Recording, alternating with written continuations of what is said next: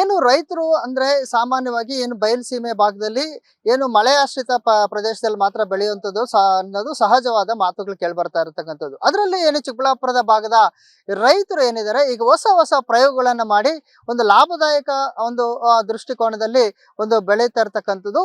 ಅದರಲ್ಲಿ ಏನು ಒಂದು ಆಂಧ್ರ ಗಡಿ ಭಾಗದಲ್ಲಿ ಏನು ನಗರಗೆರೆ ಅನ್ನೋ ಗ್ರಾಮದ ಬಳಿ ಇರ್ತಕ್ಕಂಥ ಒಂದು ರೈತರು ಏನ ಮಾಡಿದ್ದಾರೆ ಅಂದ್ರೆ ರೇಷ್ಮೆ ಸೊಪ್ಪನ್ನ ಏನಂತಂದ್ರೆ ರೇಷ್ಮೆ ಸೊಪ್ಪನ್ನ ಸಾಮಾನ್ಯವಾಗಿ ರೇಷ್ಮೆ ಹುಳು ಮೇಯ್ಸಕ್ ಮಾತ್ರ ಅಂತ ಹೇಳಿ ಸಾಮಾನ್ಯ ಜನರು ಎಲ್ಲ ತಿಳ್ಕೊಂಡಿರ್ತಕ್ಕಂಥದ್ದು. ಆದ್ರೆ ಇಲ್ಲಿನ ರೈತರು ಮಾತ್ರ ಬಹಳ ವಿಭಿನ್ನವಾಗಿ ಯೋಚನೆ ಮಾಡಿ ಆ ರೇಷ್ಮೆ ಸೊಪ್ಪನ್ನ ಒಣಗಿಸಿ ಅದನ್ನ ಮೆಡಿಸಿನಲ್ಗೆ ಕಳಿಸುವಂತಹ ಒಂದು ವಿನೂತನ ಪ್ರಯೋಗ ಕೂಡ ಮಾಡ್ತಾ ಇರ್ತಕ್ಕಂಥದ್ದು. ನಾವೀಗ ದೃಶ್ಯಗಳನ್ನ ನೋಡ್ತಾ ಇರ್ತಕ್ಕಂಥದ್ದು ಈ ಭಾಗದ ಕೆಳಭಾಗದಲ್ಲಿ ನೋಡ್ತಾ ಇರ್ತಕ್ಕಂಥ ಇಡೀ ಪ್ರದೇಶದಲ್ಲಿ ಏನು ರೇಷ್ಮೆ ಸೊಪ್ಪನ್ನ ಒಣಗಿಸ್ತಾ ಇರ್ತಕ್ಕಂಥ ನೋಡ್ತಾ ಸುಮಾರು ಎಕರೆಗಟ್ಟಲೆ ಒಂದು ಪ್ರದೇಶದಲ್ಲಿ ಏನು ರೇಷ್ಮೆ ಸೊಪ್ಪನ್ನ ಒಣಗಿಸಿ ಮಾಡ್ತಾ ಇರ್ತಕ್ಕಂಥದ್ದು ಒಂದು ದೃಶ್ಯಗಳನ್ನ ನೋಡ್ತಾ ಇರ್ತಕ್ಕ ರೈತರು ನೋಡ್ತಾ ಇದ್ವಿ. ಎಲ್ಲ ಒಣಗಿಸಿ ಮೂಟೆಗಳನ್ನ ತುಂಬಿಸ್ತಕ್ಕಂಥ ಒಂದು ದೃಶ್ಯಗಳು ಕೂಡ ನೋಡ್ತಾ ಇದೀವಿ. ಇಲ್ಲಿ ಏನು ರೈತರು ಈ ಭಾಗದ ನೂರಾರು ಎಕರೆ ಜಮೀನುಗಳಲ್ಲಿ ಏನು ರೇಷ್ಮೆ ಸೊಪ್ಪು ಬೆಳೀತಾರೆ.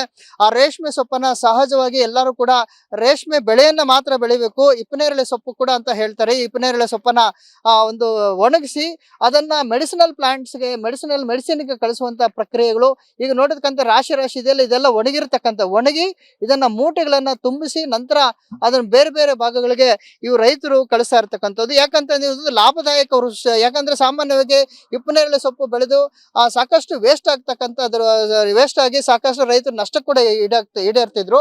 ಆ ಸಂದರ್ಭದಲ್ಲಿ ಏನು ಒಂದು ಈ ಭಾಗದ ರೈತರು ಕೂಡ ಏನಿದ್ದಾರೆ ಅವರು ಏನು ಬರ್ತಾ ಇರ್ತಕ್ಕಂಥ ದೃಶ್ಯ ನೋಡ್ತಾ ಇದೀವಿ.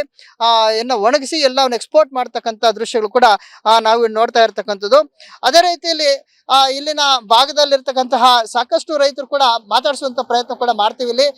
ಇಲ್ಲಿ ಭಾಗದಲ್ಲಿರ್ತಕ್ಕಂಥ ರೈತರು ಯಾಕೆ ಈ ಒಂದು ಇಪ್ಪನೇರಳೆ ಸೊಪ್ಪನ್ನ ಒಣಗಿಸಿ ಎಕ್ಸ್ಪೋರ್ಟ್ ಮಾಡ್ತಾ ಇದಾರೆ ಅನ್ನೋದು ಕೂಡ ಕೇಳ್ಕೊಂಬರೋಣ.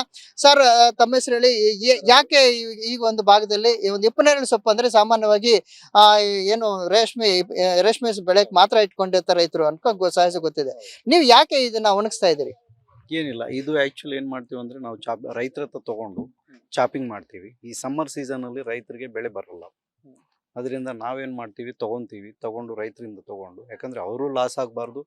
ಅದರಿಂದ ಏನ್ ಮಾಡ್ತೀವಿ, ಇದನ್ನ ಚಾಪಿಂಗ್ ಮಾಡಿಬಿಟ್ಟು ಈ ವಿಜಯವಾಡ, ಗುಜರಾತ್, ಹೈದರಾಬಾದ್ ಈ ಕಡೆ ನಾವು ಕಂಪ್ನೀಸ್ ಕಳಿಸ್ತೀವಿ ಇದನ್ನು. ಈಗ ಕಂಪನಿಗಳವರು ಏನ್ ಮಾಡ್ತಾರೆ ಇದನ್ನ ತಗೊಂಡೋಗಿ ಏನೇನ್ ಪ್ರಯೋಗ ಮಾಡ್ತಾರೆ? ಫಾರ್ಮಾ ಕಂಪ್ನೀಸ್ಗೆ ಆಮೇಲೆ ಇದರಿಂದ ಒಂದು ಲಿಕ್ವಿಡ್ ತೆಗಿತಾರೆ, ಎಕ್ಸ್ಟ್ರಾಕ್ಟ್ ಮಾಡಿಬಿಟ್ಟು. ಆ ಲಿಕ್ವಿಡ್ ತೆಗೆದು ಆಮೇಲೆ ಅವ್ರೇನು ಮಾಡ್ತಾರೆ, ಈಗ ಏನಾದರೂ ವೇಸ್ಟ್ ಇರುತ್ತೋ ಅದು ಗೊಬ್ಬರ ಇದಕ್ಕೆಲ್ಲ ಯೂಸ್ ಮಾಡ್ಕೊತಾರೆ.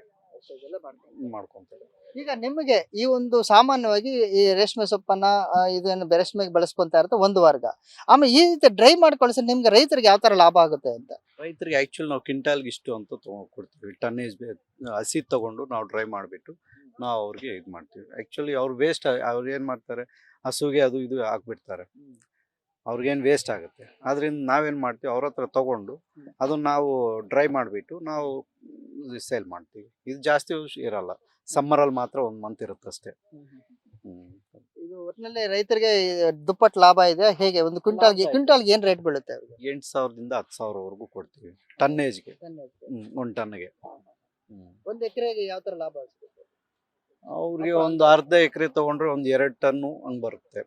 ಓಕೆ, 16,000, 20,000ವರೆಗೂ ಬರುತ್ತೆ ಅರ್ಧ ಎಕರೆಗೆ. ಸುಮ್ಮನೆ ಬಿಸಾಕೋಬಹುದು, ತಗೊಂಡು ಈ ತರ ಮಾಡ್ಕೊಂತಾರೆ. ಲಾಭ ಇದೆ ಅವ್ರಿಗೆ, ಲಾಭನೇ ಅಲ್ವಾ. ಯಾಕಂದ್ರೆ ವೇಸ್ಟ್ ಆಗಲ್ಲ ಅವ್ರಿಗೆ. ಯಾಕಂದ್ರೆ ಅವ್ರಿಗೆ ಇದು ಕ್ರಾಪು ಬರಲ್ಲ ಸಮ್ಮರಲ್ಲಿ ಈ ಬಿಸಿಲಿಗೆ, ಇನ್ನು ವೇಸ್ಟು ಆಗೋಗುತ್ತೆ, ಹಸುಗಳಿಗೆ ಹಾಕ್ಬೇಕಾಗುತ್ತೆ. ಅದೇನ್ ಮಾಡ್ತಾರೆ, ಅವ್ರು ಕಟ್ ಮಾಡಿಬಿಟ್ಟು ನಮ್ಗೆ ಸೇಲ್ ಮಾಡಿದ್ರೆ ನಾವೇನು ಮಾಡ್ತೀವಿ, ಅವ್ರಿಗೆ 18,000-20,000 ವರೆಗೂ ಕೊಡ್ತೀವಿ. Okay, thank you. ಈಗ ಇವ್ರು ಹೇಳ್ತಾ ಇರ್ತಕ್ಕಂಥದ್ದು ಏನಂತಂದ್ರೆ ಸಾಮಾನ್ಯವಾಗಿ ರೇಷ್ಮೆ ಸೊಪ್ಪನ್ನ ಬೆಳೆದಾಗ ಇದನ್ನು ಇಪ್ಪನೇರಳೆ ಸೊಪ್ಪು ಅಂತ ಕೂಡ ಕರೀತಾರೆ. ಈ ಇಪ್ಪನೇರಳೆ ಸೊಪ್ಪನ್ನು ಬೆಳೆದಾಗ ಏನು ಅದನ್ನ ವೇಸ್ಟ್ ಆಗದಿರ ಕಟ್ ಮಾಡಿ ಬರೀ ಹಸುಗಳಿಗೆ ಹಾಕ್ತಾ ಇದ್ವಿ. ಅದರಿಂದ ಯಾವುದೇ ಲಾಭ ಅಷ್ಟಾಗಿ ಏನು ಬರ್ತಾ ಇರಲಿಲ್ಲ. ಆದ್ರೆ ಇದನ್ನ ಡ್ರೈ ಮಾಡಿ ನಾವು ಎಕ್ಸ್ಪೋರ್ಟ್ ಮಾಡೋದ್ರಿಂದ ಸಾವಿರಾರು ರೂಪಾಯಿ ಸಂಪಾದನೆ ಮಾಡ್ಬೋದು. ಎಕರೆ ಬಂದ್ರೆ ಒಂದು ಲಕ್ಷಾಂತರ ರೂಪಾಯಿ ಕೂಡ ಸಂಪಾದನೆ ಮಾಡುವ ದೃಷ್ಟಿಯಲ್ಲಿ ರೈತರು ಒಂದು ಹೆಜ್ಜೆಯನ್ನ ಮುಂದೆ ಇಟ್ಟು ಎಲ್ಲರಿಗೂ ಒಂದು ಮಾದರಿ ಆಗಿರ್ತಕ್ಕಂಥದ್ದು. Suresh Babu, news first, Chikkaballapur.